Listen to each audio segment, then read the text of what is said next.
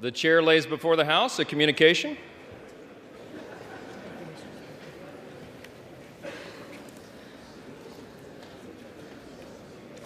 The Honorable the Speaker, House of Representatives, sir.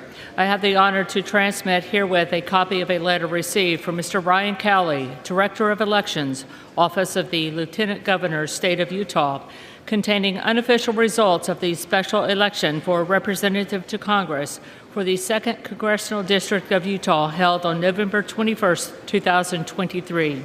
Signed sincerely, Kevin F. McCumber, Acting Clerk. For what purpose does the gentleman from Utah seek recognition? Mr. Speaker, I ask unanimous consent that the gentlewoman from Utah, the Honorable Celeste Maloy, be permitted to take the oath of office today.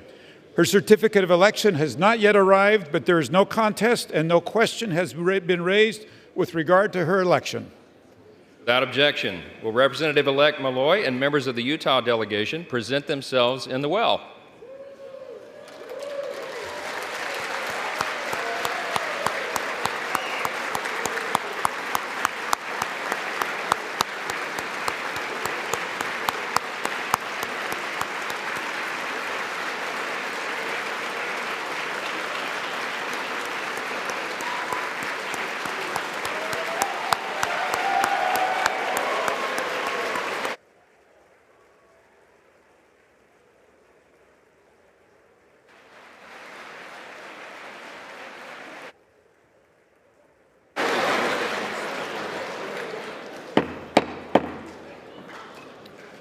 All members will rise, and the representative-elect will please raise her right hand.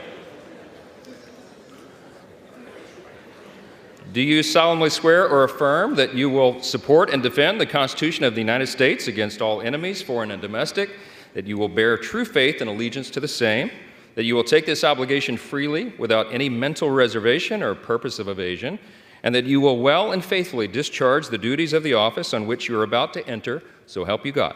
Yes. Congratulations, you are now a member of the 118th Congress.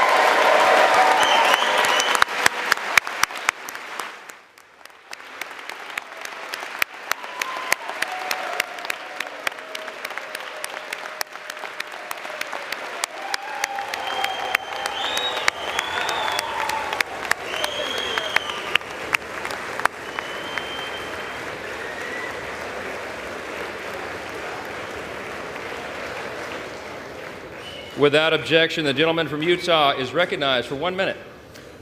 Thank you, Mr. Speaker. The House will be in order. The House will be in order.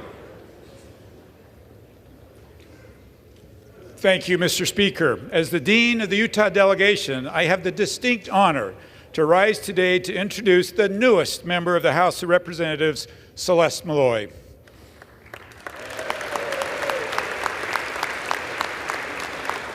Celeste was born in southern Utah, raised in rural Nevada, and then as an adult chose Utah as her home. Celeste earned an agricultural degree from Southern Utah University in Cedar City, which she now calls home. She began her career in public service as a soil conservationist at the USDA in Beaver, Utah, also located within her district, where she worked for 10 years. She left Beaver to go to law school at BYU in my hometown, and she was a student while I was mayor, where she got her law degree. Since beginning her late career, she's worked as a deputy county attorney, a public lands attorney for the Utah Association of Counties, and most recently as the chief legal counsel to former Congressman Chris Stewart. In a special election, Celeste assembled a coalition of both rural and urban voters. She was unafraid to stand for conservative principles, calling for debate in each of her 13 counties. In her district, she's known to be a hard worker, level-headed, and consistently conservative. We were all a little surprised that she won the election, since the last thing she won was her 7th grade spelling bee. But the secret to her heart is simple. Offer her a Dr. Pepper and her #1 food stable, cottage cheese, or better yet, ask her about her 90-year-old grandmother, who is her biggest political fan and best critic, or her other grandmother, who was her roommate when she was in high school and they worked at the same truck stop. She is the 4th of 6 kids, which means this is how we do families in Utah, which means that most of her life she's been in a bunk bed.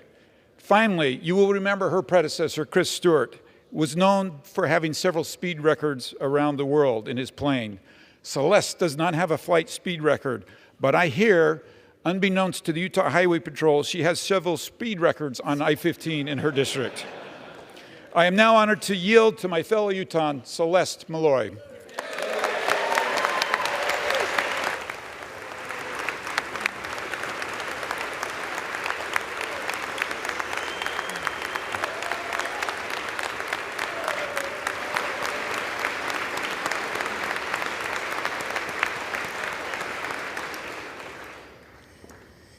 It is an absolute honor and privilege to be here right now. It's very humbling.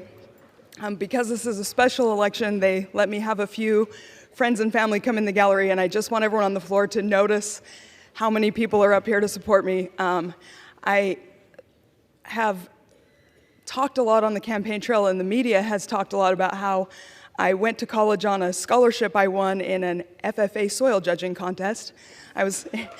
Thank you.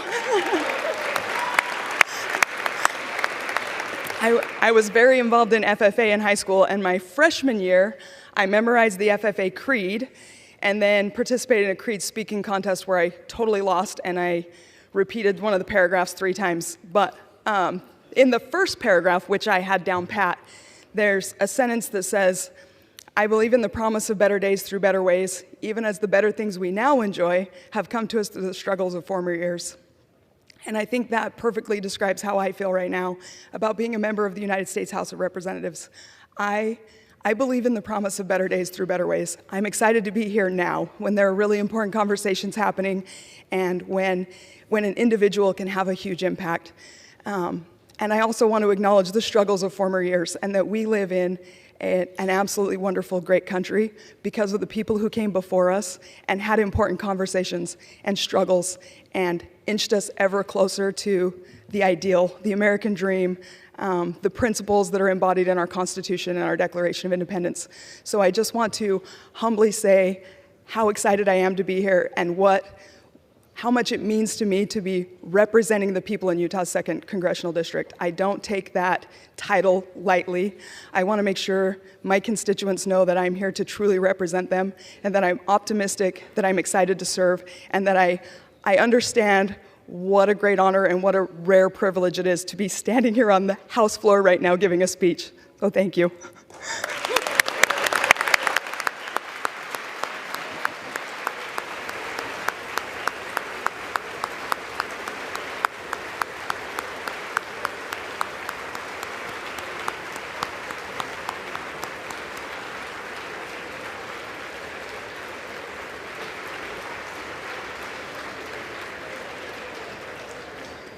Under Clause 5D of Rule 20, the chair announces to the House that in light of the administration of the oath to the gentlewoman from Utah, the whole number of the House is 435.